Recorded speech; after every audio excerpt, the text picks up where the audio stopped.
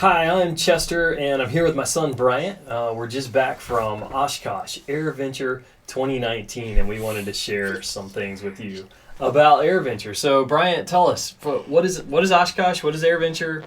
Tell us about it from your perspective. Well, AirVenture is the world's largest air show. So that means 10,000 plus airplanes come in. So there's lots of people, lots of planes, a whole week of air show. Wow. An aviation dream. Yeah. Awesome.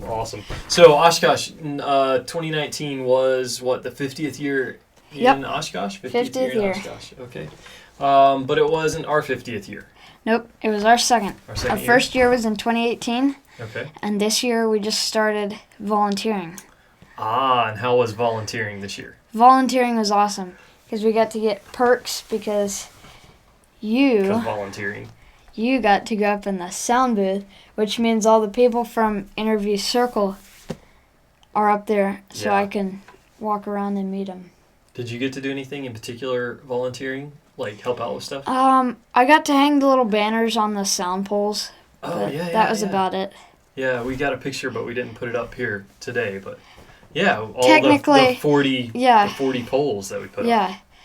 The only reason I couldn't officially volunteer is because they had an age limit. Kind of technically, huh? Yep, right. But we could tag along with Dad, and so... So the biggest air show in the world, the busiest control tower in the world for that week, right? In Oshkosh. Over 10,000 planes, 642,000 people. Wow, okay, I said that wrong. All right, so tell me about, you say you got to meet some people. Yeah. Tell me. So I got to meet... who first? Marc Patey. Marc Patey. Tell us who Marc Patey is. Marc Patey is an entrepreneur, and he owns Draco out of many airplanes that he owns. Draco, that's that crazy, super fast, red STOL plane, right? Yeah. Turboprop version of a 1984 Wilga. Okay, yeah. And what was cool this year? Did we get to see Draco? So we got to see Draco. Unfortunately, Garmin wanted to showcase it, so they had it out front. But we got to see it fly in 2018. But we got to see it fly in 2019 also, right? Yeah, we got to see it fly in and fly out. Right as it was flying in, we were checking in. We were tracking it. So Marc Patey, so now tell me the story. How did you get to meet him and get this picture taken? So on Saturday before the air show, we were biking out, and I biked up to Dad and I told him, Dad, I think that's Marc Patey. I think it was more like, I saw somebody that looked familiar, and I looked back at you, and you looked at me with this, I think I know, and you know that I know. Yeah. And so I said, sure, you can go talk to him. Or you said, I want to go talk to him. Yeah. So we went back and talked to him, and he's really nice. I told him that I was his biggest fan, and I showed him pictures of... there's Draco. Right. Pictures of tracking his airplane. Like, see down here. Really hard to see on here. This is tracking it on what? Flight Radar 24. It's an aerial tracker. Yeah. So I got to track his plane. And what was he doing when you tracked it? He was doing the Best Hugs logo. You can see it better on his shirt. So he was flying the Best Hugs logo. Yeah, he was doing a flight plan of the Best Hugs logo. That's pretty cool. So you showed him that on your phone? Yeah, to prove I was the biggest fan. To prove you're the biggest fan. And other tracks. So what did he have to say about that? So he thought that was pretty cool, and he said, come by when the show opens, and I'll give you some T-shirts and stickers. And that's cool. And so he did? The whole loot. Yeah. The whole loot. Yep, and he posted on his... this is his Facebook post, right? Yeah, Facebook. So he gave you a shirt, and the other kids, Cooper and Kaylin and Colby also. And he's also got a book. He wrote a book, because I bought the book. Addicts or Millionaires. Addicts or Millionaires. And what is this book about? It's about having ADHD Gotcha. And becoming an addict or a millionaire. Gotcha. Have you gotten to the part where you can tell what makes the difference? No, I just started the book. So okay. I'm into chapter 3. But it starts with a good story about airplanes, right? Yeah, it starts about a story flying through weather. Story. Maybe they want to buy the book. So yeah, go get Marc Patey's book, Definitely. Addicts and Millionaires. It's the best book so far. It's really good. Cool. So Marc Patey, that was like one of the first people we got to meet that you had really, really wanted to meet because I'm his biggest fan. I watched his videos. I've tracked his planes, and I think all year since we saw Draco for the first time in 2018, you've done everything you can do to follow Marc Patey, right? Marc and Mike Patey. So, okay, good. Tell me somebody else you got to meet. So I got to meet legendary plane designer Burt Rutan. Whoa, tell me that story. So, since Dad volunteers up in the sound booth, then I get to go up there, and I got to meet him, before he was doing an interview. Yeah, he was doing an interview, and he was actually announcing the flyover of all the Rutan designs, all the scale composite planes that were there, which were almost every scale composite plane. I think there was one or two. For the Stratolauncher. Huh? Except for the Stratolauncher. I think there was one or two planes missing. Yeah, the Stratolauncher wasn't there, unfortunately. It's too big. Yeah, that's giant. That's the world's largest plane. Did it take over from the Antonov? The Antonov 225. That's the second world's largest plane, and then I think it's the C5. Yeah. And up here is the Stratolauncher. So tell me about Burt Rutan and getting to meet him. What was the deal with getting to meet him? So I had gone to Oshkosh in 2018, like we mentioned, and I walked through the museum, and I noticed some Lego models. Like a whole case of Lego models, right? I'm crazy into Lego, and I like building airplanes. So I took pictures of it, and I contacted the builder, and it turns out that his name was Jeff. So I think you were telling me, Dad, I'm emailing this guy, and he sent me some model instructions to build in Lego, and his name is Jeff, and I'm emailing him back and forth, and I said, let me see, like, where did this guy come from? And you said, well, I got his name from the display case, and so you showed me his emails, and it was Jeff Rutan, which I recognized right away. The Rutan name. The son of Burt. So son of Burt. So you had asked Jeff if Jeff was coming, right? But he said, no, but my dad is. I'll probably come when the Skeagle is made. The Skeagle. Top secret. The top secret plane that Burt said, I'm done making planes. I'm going to make one more. I'm going to make one more. That's pretty cool. So Burt Rutan. And he came in. He flew in. We got to see him fly in. He flew in the Cessna. My bad. Beechcraft. Beechcraft, right? Starship? Yep. Beechcraft and there's not Starship. Very many of those flying. There's under 20, I think. Wow. He's got one of them. That's pretty cool. It really looks a lot like some of his designs. It's like a giant Long Easy. Yeah. That's pretty neat. Okay, so cool. So planes. Tell me about some of the planes that you got to see, some of the planes that were highlights for you. So there were a lot of planes. So many to see. I mean, over 10,000 airplanes. That's just nuts. So the main section, the static airplanes, are right here in Boeing Plaza. Yep. Okay. So Boeing Plaza is here. So it goes on over to the left. So I got to go in the United 787 that flew in, a UPS 747, a C5 Galaxy, which is the third world's largest plane. The world's third largest plane, yeah, right? Something like that. Yeah, the C5 is pretty amazing. I got a coin for the C5. That's pretty cool. This year. I got to go in a NOAA P3 Orion, Storm Chaser, based out of Florida. So we think that one is flying around right now, monitoring Hurricane Dorian coming in. We're pretty sure it's the same plane. We're going to go check that out. That's cool. What else? I also got to go in a B-17. You can actually see the B-17 right back here. Yeah. So you got to go inside it? Yes. Now, you didn't get to fly in it, right? Nope. Okay. It's expensive to fly in it. Oh, I also got to go in the C-47, that's all brother, who actually led the D-Day attack. That's the actual plane that restored from a junkyard. Yeah. Right near Oshkosh. That's an amazing story. Yeah. And then just participated in the 75th anniversary D-Day flyovers. Flew to Normandy. Yeah, it's pretty cool. So the B-17, what do you think about that?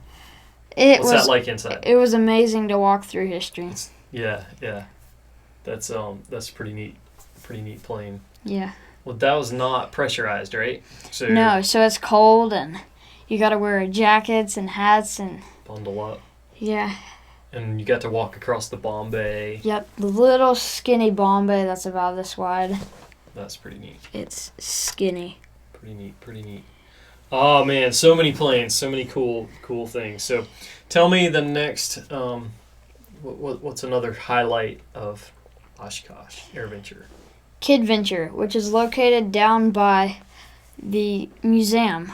Yeah. Okay. Yep. So out behind the museum, they have an AMP section and a pilot section, and you can go through and do different projects like building wing ribs, riveting, building propellers, all kinds of stuff like that, hydraulics, brakes. And then the pilot side is like ATC and like you pre-flight a plane. Pre-flight, and stuff, yeah. Right? And So what are you doing right here? You're building a I'm building a little fan little generator. Little fan generator thingy. Yeah. It has a little light bulb on the other side, and if it starts spinning, then it'll light up. And this is a little radio kit that you got to do, KidVenture Radio 2019, it says? Yep. So a guy who volunteered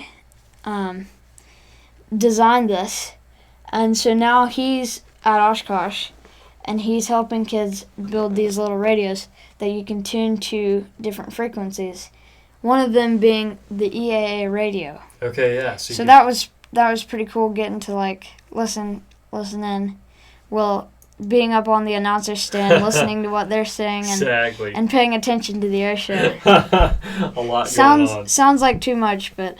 So if you there were 2 tracks. You go through the AMP track, and when you complete that track, or you complete a certain amount of stations building things, what do you get? So when you finish a certain amount of sections in the AMP side, then you get a toolkit, big toolkit. It's got all kinds of tools in it. Oh, neat. And then finishing the pilot side, you get to fly a virtual reality F-22 simulator. Whoa. And we got to see the real F-22 fly a lot, and we got to hear it fly a lot too, right? We'll talk it was about that much loud. Okay. Cool. So that's KidVenture. Definitely go there if you have kids. Kids should go to KidVenture. It's kind of hidden though. You kind of have to sort of know about it, right? Like, yeah. You have to go over by the down museum. by parking lot B or something. Yeah, but you kind of got to hunt it out. Down near that area. There's also like simulators and RC airplanes and helicopter rides down there. Oh, what about the isn't there a B-20? There's a B-25 simulator down there. So it's like the nose of a B-25. EAA chapter made it, not ours. Yeah.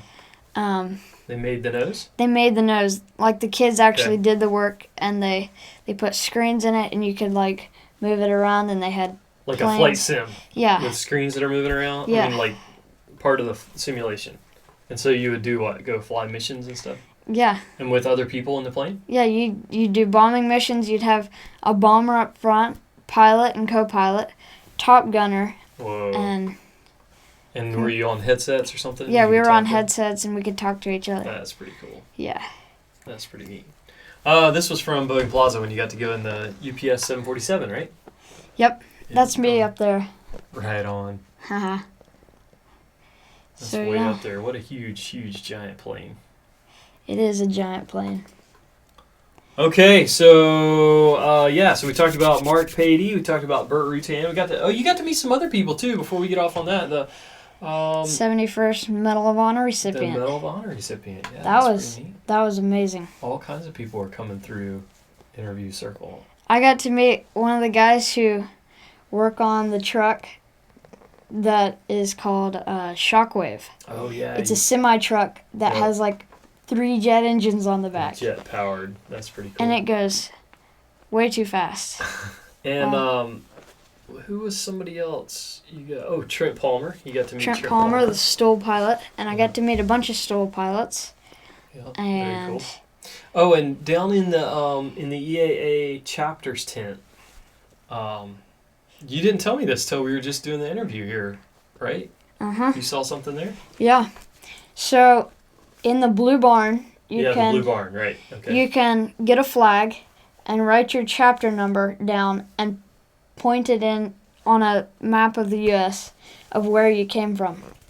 And I put mine down, 1563. Nice. And I noticed that one other person from 1563 cool.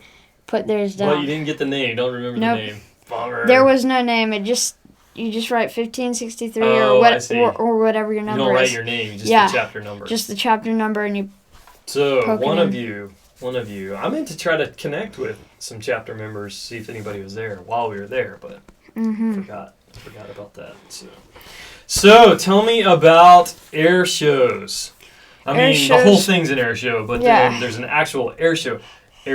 There's planes flying from about 6 a.m. till dark every day, right? Yeah. But then there's an actual air show. Talk about that. There's 9 air shows throughout the week. There's one every day from 2 or 2:30 to like 6. Okay. Then on Wednesday and Saturday, there's night air shows. Yeah, wow. So they had pyrotechnics on their wings and smoke and all kinds of pyro. The night air shows are actually pretty neat. I wasn't sure they were going to be very cool, but they were pretty neat. They were amazing. They were better than last year. Yeah, I think this year was better than last year. Definitely. So what are we seeing? This is an F-22 Raptor. That was one crazy, crazy plane. Loud. It was very loud. What do you like about this? I like the fact that it's like sleek. It's kind of smooth. It's got 2 engines that can vector around, so it can do tight turns like this. I was talking to one of the pilots. He was the safety pilot for the flight that day, and he flies the plane too. And he said when they do this really slow pass, right? Like throttle up, just barely stand up. Really high angle attack. Yeah. And I asked him what it was rated for, or how fast they were going, and he said it's rated for 0 knots over the ground, which just, That's just like... It's crazy. Well, you can go 0 knots and be going like this fast. But... That's about right. It's still insane, though. So the F-22, that's one crazy, crazy fast. It's very much loud. Loud plane. That was pretty neat. Who do we have here? This is the Red Bull helicopter. Yeah. So Red Bull Air Force had a whole act. They would put wingsuiters in the helicopter, and they'd go up, and then an Edge 540 would take off, and out come the wingsuiters. Out of what? Out of the helicopter. Yeah. Okay. And then the Edge 540 was doing barrel rolls around the wingsuiters. That's pretty nuts. Yep, Kirby Chambliss is pretty crazy. So is he flying the helicopter? He flies the Edge 540. Oh, he flies the 540. Okay. Well, what do they do with the helo?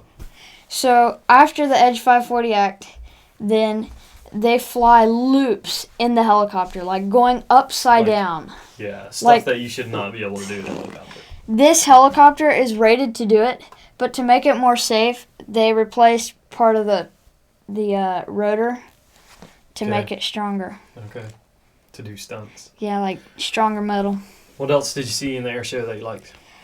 There was lots of stuff. F-35s. I like the Patriot parachute team. They did a really good act. Do you have a picture of them? Right there. They had this big old flag, and they'd have 2 people, and they'd come in and they'd dive down. The box they're landing in was really small. There were 2 boxes. It was much small. Hey, tell them also that we got to go to the briefings. Right? Yes, we got to go to the safety briefings at 11 in the morning. So this is for the air show briefings, where they have everybody there that's running the air show, and we got to go there several times because what we were doing, and so I got Brian in, and that was pretty cool. It was cool. All the pilots, the performers, the announcers, the air boss. It was cool. Tower guys. Everybody. Fire rescue. Everybody. That was pretty neat. Nobody misses that. And then this is what, the end of the night air show? Yes. So this is the wall of fire, if you can't already tell. That was a wall of fire. It was very hot. I think the guy's name is Dion Deal that does that, and all the fireworks programmed. And then after they do this wall of fire, then what did they do? We don't have a picture of it here, but they did a legit ball of fire. It was like 850 gallons of propane instantly lit, and this huge ball of fire comes up. Yeah, we had to look for a picture. And then they shot other fireworks into it to blow it up. So what's better than a big giant ball of fire? Shooting fireworks into a big giant ball of fire. And blowing it up.